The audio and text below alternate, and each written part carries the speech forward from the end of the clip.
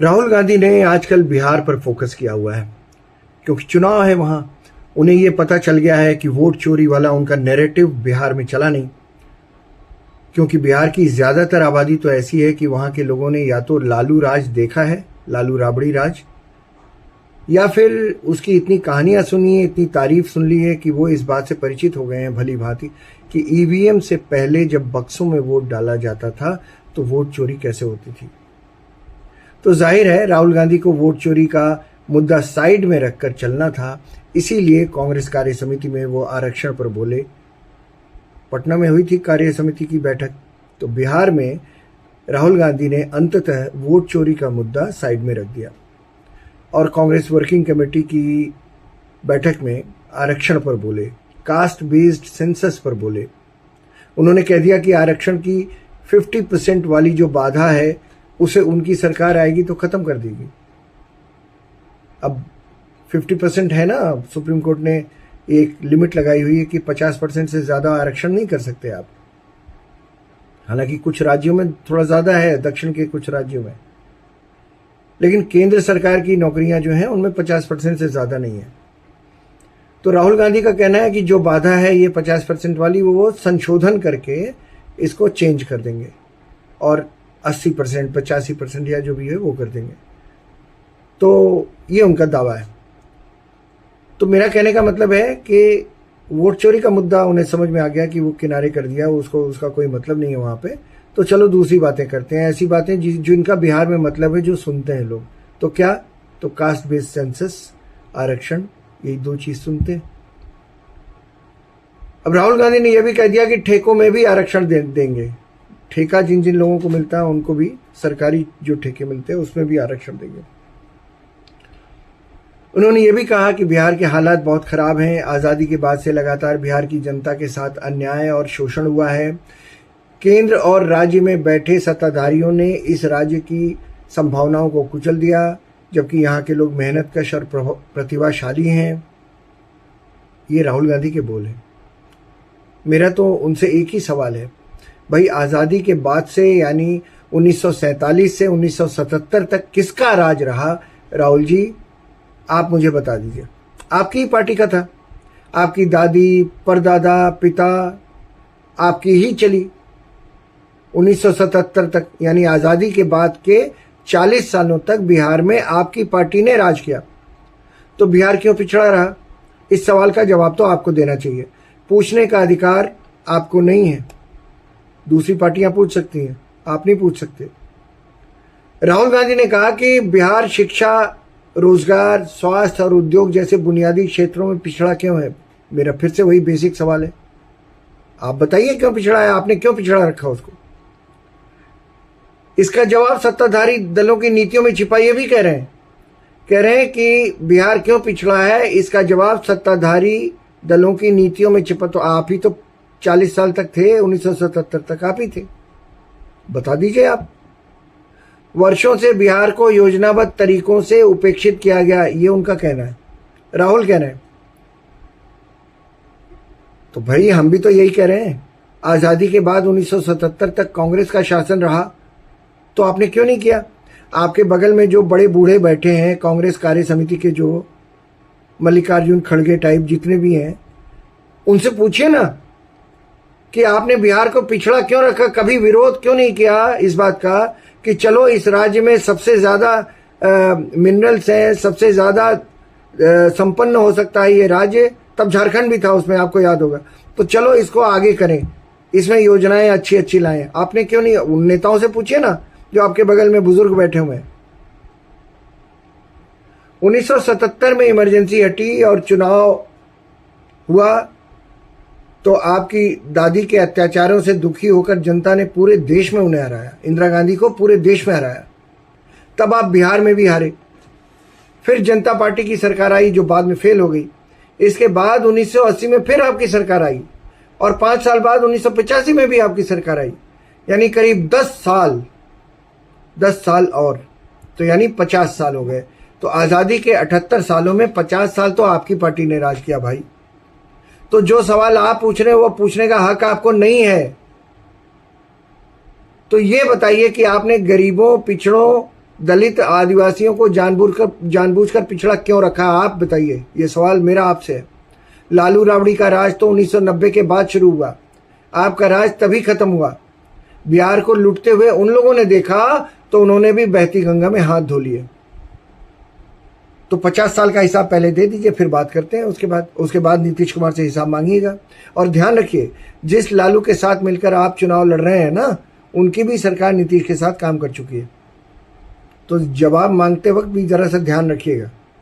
Deputy chief minister थे आपके साथी, जिनके कंधे पर हाथ रखकर आप वोटर अधिकार यात्रा में घूम रहे थे।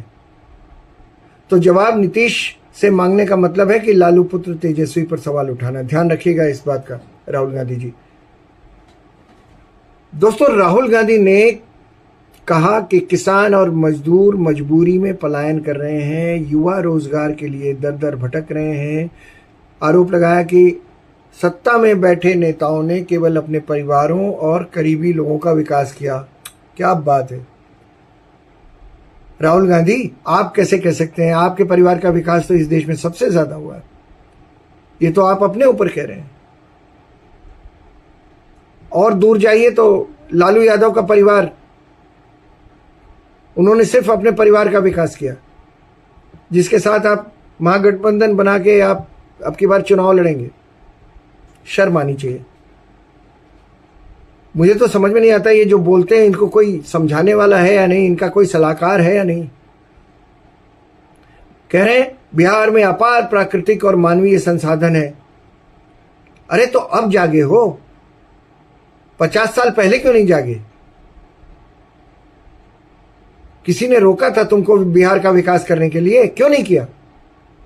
यहां की मिट्टी, यहां का श्रम और यहाँ के लोग देश को नई ऊंचाई तक ले जाने की क्षमता रखते हैं। इसके बावजूद आज बिहार को देश के सबसे पिछड़े राज्यों की सूची में खड़ा कर दिया गया है।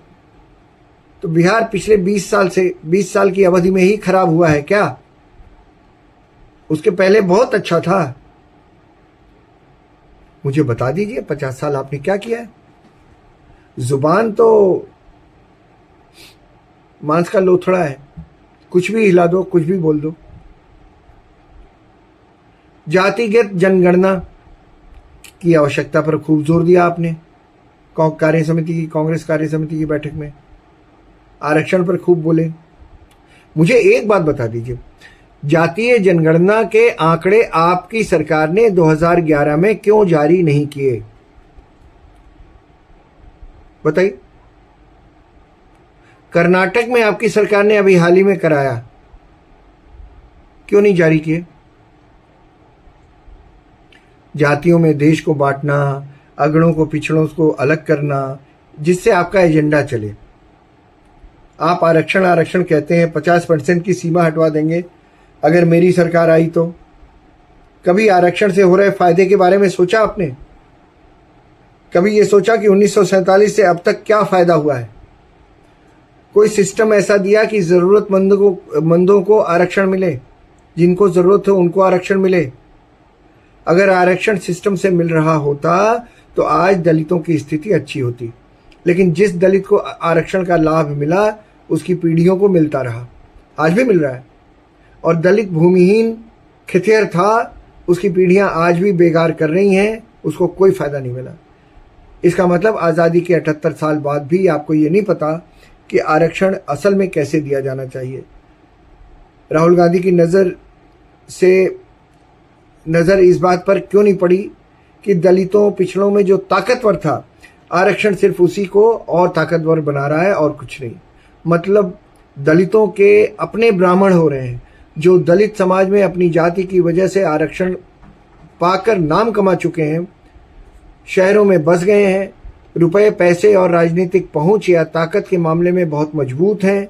उनके परिवार के बच्चों को अब भी चाहिए आरक्षण। और जो दलित भाई आज से 78 साल पहले किसी और का खेत जोतता था, उसकी पीढ़ियां आज भी वही कर रही हैं। तो क्या राहुल गांधी ने कभी कहा कि जिन वर्गों को आरक्षण का लाभ नहीं मिला उन्हें देना जरूरी है? इससे पहले कभी कहा? आज भी कहा? तो रिजर्वेशन विद इन रिजर्वेशन करना चाहिए और जिसको लाभ नहीं मिला उसको मिलना चाहिए, ये कहा कभी राहुल गांधी ने? यानी सबसे निचले तबकों में भी सबसे असहाय और कमजोर को कैसे ताकतवर बनाया जाए, इस बारे में कोई पॉलिसी, कोई नया कॉन्सेप्ट उन्होंने दिया हो कभी? उन्हें जब ऐसा लगा कि पिछड़ों की संख्या तो सबसे ज्यादा है इस देश में, उन्हें एक बार भड़का दो, बता दो कि उनकी 56% आबादी के हिसाब से उन्हें आरक्षण मिलना चाहिए, तो सब मेरे पीछे सड़क पर उतर आएंगे और देश में पिछड़ों का निर्विवाद नेता मैं बन जाऊंगा। इसीलिए वो इस मुल्क में बैकवर्ड्स को भड़काते रहते हैं कि जातिगत जनगणना होनी चाहिए, जरूर होनी चाहिए, लेकिन पहले ये बता दो तुम्हारी जब सरकार थी, तुम्हारी जब 10 साल की सरकार थी 2011 तक, 2004 से 2014 तक, 2011 में तुम्हारी सरकार ने कराई थी ना जातिगत जनगणना, तो क्यों नहीं उसके आंकड़े सार्वजनिक किए? बता दो, बताओ। तुम्हारी तो सरकार थी और तुम भी बहुत ताकतवर थे उस समय। देश के प्रधानमंत्री की कैबिनेट की ओर से एक्सेप्टेड एक बिल की कॉपी फाड़ सकते थे तुम, वो भी सार्वजनिक तौर पर सबके सामने, देश देख रहा था। तो जब इतनी ताकत थी तुम्हारी, तो कास्ट बेस्ड सेंसस का डेटा तुमने क्यों नहीं सार्वजनिक किया? जबकि उस समय तो तुम्हारी सरकार का हिस्सा थी लालू की पार्टी, लालू मंत्री भी थे, वो तो पिछड़ों के सबसे बड़े नेता कहते थे खुद को। इसका मतलब तुमने जो डेटा एक्सेप्ट किया, तुमने जो डेटा एक्सपेक्ट किया था, वो जनगणना में निकला नहीं। कहीं ऐसा तो नहीं कि वो सार्वजनिक हो जाता तो शायद आरक्षण की पोल खुल गई होती, फिर शायद आबादी के हिसाब से जिस आरक्षण की मांग अभी राहुल गांधी कर रहे हैं उसका कोई आधार नहीं बचता, और आधार नहीं बचता तो राजनीति कैसे होती? तो क्या इसीलिए यूपीए के शासन में हुआ कास्ट बेस्ड सेंसस कभी सामने नहीं आया? ये बड़ा सवाल है। अच्छा, कर्नाटक में जो कास्ट बेस्ड सर्वे किया था आपने, आप ही की सरकार थी, तो पब्लिक क्यों नहीं किया उसे? एक सवाल और है राहुल गांधी से, क्या नौकरियों में आरक्षण मिलने से पिछड़ापन खत्म हो जाएगा? कितनी सरकारी नौकरियां हैं देश में, आप बता दीजिए। 1,40,00,000 बस, और कामकाजी लोगों की जो आबादी है उसका ये सिर्फ 1.4% है।